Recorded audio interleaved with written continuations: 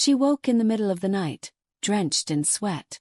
The air in her room was suffocating, as if the oxygen had been drained from the space. The sheets clung to her skin, and she couldn't shake the sensation that something was pressing down on her chest, weighing her down. She turned her head to look around the room, but everything seemed out of place. The furniture was positioned differently, as though someone had moved it while she slept.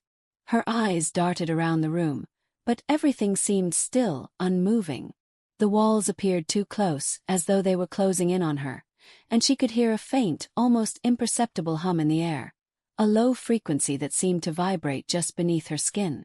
She shook her head, trying to clear her mind. It had to be exhaustion, she reasoned.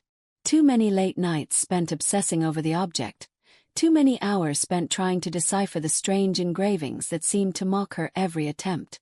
But the feeling of unease wouldn't dissipate. The object was in her bag, just a few feet away on her dresser, and though she couldn't explain why, she felt an undeniable urge to go to it. She walked toward the dresser, her footsteps muffled against the floor. As she reached for the bag, her hand trembled, a sensation of electric charge running through her fingertips. The moment her hand made contact with the object, the buzzing sound in her ears intensified, and the room seemed to shift once more. For a split second, Emma swore she saw the walls of her room ripple, as though the very fabric of the space was warping around her. The air grew dense, and she felt a strange pressure in her head, a pulling as if something was trying to reach her from the other side.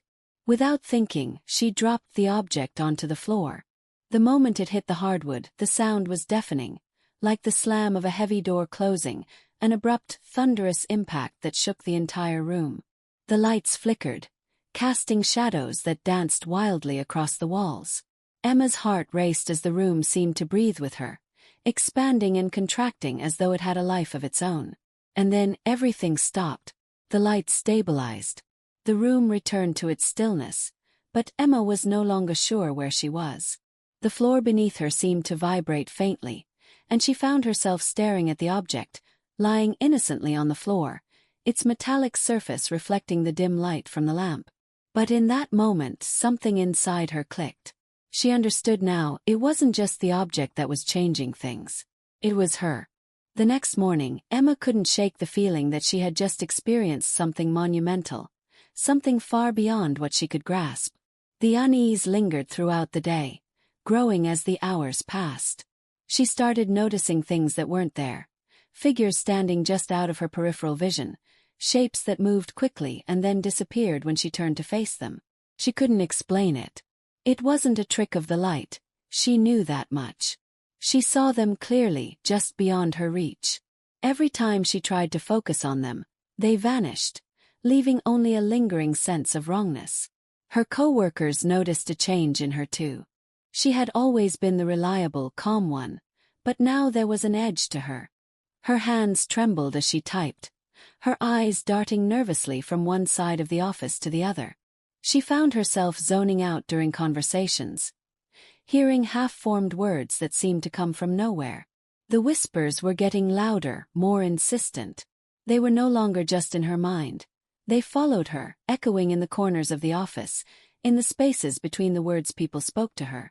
By the end of the week, Emma could no longer distinguish between what was real and what was part of the strange new reality that the object had thrust her into.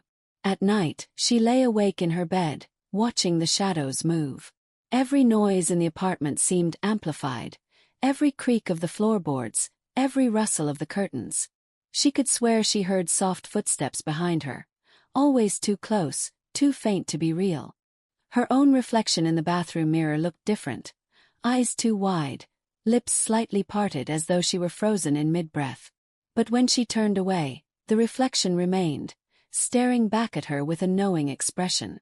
It was when she started to feel the presence of something else, something not quite human, that the true terror set in. One evening after returning from work, Emma entered her apartment to find it cold, the air heavy with a strange metallic scent. She didn't remember leaving the window open, but there it was, wide open, the curtains billowing in the breeze. But it wasn't the cold air that unsettled her. It was the shadows. They were wrong, stretched too long, too unnatural. They seemed to shift in response to her movements, following her like living things. And then she heard it, a soft scratching noise from behind her. A noise that seemed to come from the very walls. The kind of noise you would hear if something was clawing its way through the plaster, or perhaps something else, something far darker and far older. Emma's heart skipped a beat as she turned toward the sound. The scratching stopped, but her skin crawled with the sensation of being watched. She knew deep down that it was the object. It was affecting the space around her, bending it in ways that made no sense. Her breath hitched as the room seemed to tilt. She grabbed hold of the nearest chair to steady herself, but it was no use. The sensation of weightlessness overcame her, as if the floor had vanished beneath her feet, leaving her floating in a place between worlds. And then, just as quickly, the room snapped back to normal. Everything was as it should be. But Emma knew better. She had seen what lay just beneath the surface, and there was no going back now. The object had already begun to alter not just her perception of the world, but her very being. The longer she kept it, the more she felt herself slipping away. The world around her was no longer a fixed reality. It had become fluid, something she could no longer trust. She wasn't sure if she was still in control of her own mind, or if the object was slowly drawing her into whatever strange force it represented. Emma's reflection in the mirror once again seemed to look back at her, its gaze cold, distant, and otherworldly. The whispers were louder now, and she could hear them clearer than ever before. You are not alone. The final days were a blur for Emma. The world, once a place of certainty, had turned into an unfamiliar, hostile landscape. Reality itself felt like a fragile membrane, stretched thin and ready to tear apart at any moment. The object in her possession, once a curious trinket, had grown into something far more dangerous, more powerful than she could have ever anticipated. She had become its prisoner, tethered to it by an invisible force that seemed to control her every thought, every movement. It had been 2 weeks since she had first discovered the object, and in that time the changes had escalated. Her apartment had become unrecognizable. Furniture shifted on its own, lights flickered at random, and the air was thick with a sense of constant motion, as though the very space around her was alive. The object had started to hum softly, a vibration she could feel deep within her chest, as if it were syncing with her heartbeat. Emma had tried to avoid touching it, but every time she did, it only worsened the sensation. The whispers in her head were constant now, growing in volume and urgency. They spoke in a language she couldn't understand, but she felt their meaning, an overwhelming tide of emotion that gripped her soul. Desperation, fear, and something darker, something far older, pulled her further into its grasp. She had gone to the bookstore again, seeking answers from Mr. Barnett. But when she arrived, the store was closed. The usual sign on the door was gone, replaced by an eerie emptiness that sent a cold shiver down her spine. She knocked, but there was no answer. Something told her not to press further, but the feeling of impending doom that had been growing inside her could no longer be ignored. Something inside her told her it was time. Time to find out what the object truly was and what it wanted from her. That night, as the moon hung high in the sky, Emma found herself standing in the middle of the street, the object tightly clutched in her hand. The fog had returned, thicker than ever, and the streetlights cast long shadows that seemed to stretch endlessly into the distance.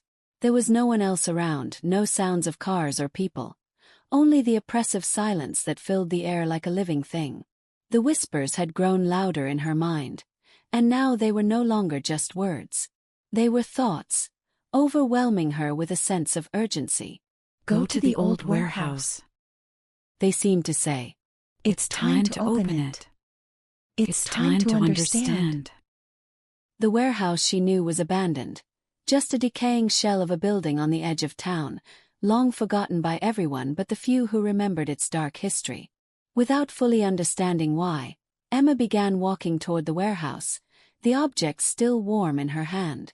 Every step seemed to pull her deeper into the fog, and with each step the whispers intensified.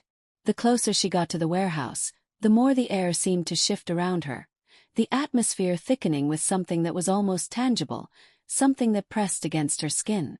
When she reached the warehouse, she felt a strange sense of recognition. It was as though she had been here before, as though she had always been meant to come to this place. The large, rusted doors creaked open with an eerie groan as she pushed them aside, the noise echoing through the empty space. Inside, the warehouse was dim, filled with dust and decay. The remnants of old machinery were scattered around, their rusted forms twisted and broken. But in the center of the room, something else awaited her. A massive stone pedestal stood, its surface worn and chipped by time, but unmistakable. On it was a deep, dark indentation, one that seemed to call out to her, as though it were waiting for her to complete some long-forgotten ritual. Emma's heart raced as she walked toward the pedestal. Her breath caught in her throat as she recognized the shape of the indentation. It was the same as the object in her hand. She could feel the pull, the unrelenting pressure of the object's influence. It was not a coincidence. This was the moment the object had been leading her to. As she placed the object into the indentation, a low hum filled the warehouse, vibrating through her bones. The walls seemed to pulse, the air thick with energy.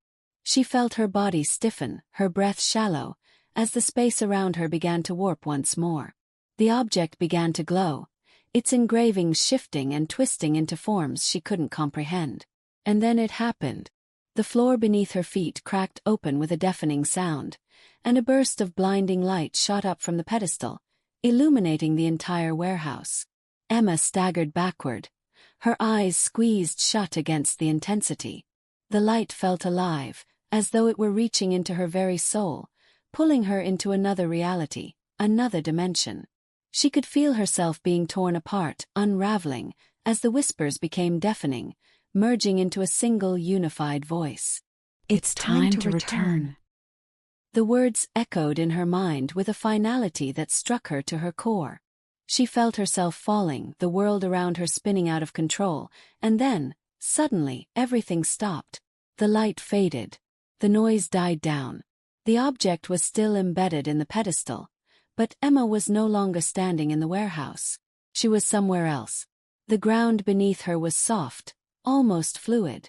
The sky above was a deep, unnatural shade of black, and the air hummed with a strange energy that made the hairs on the back of her neck stand up.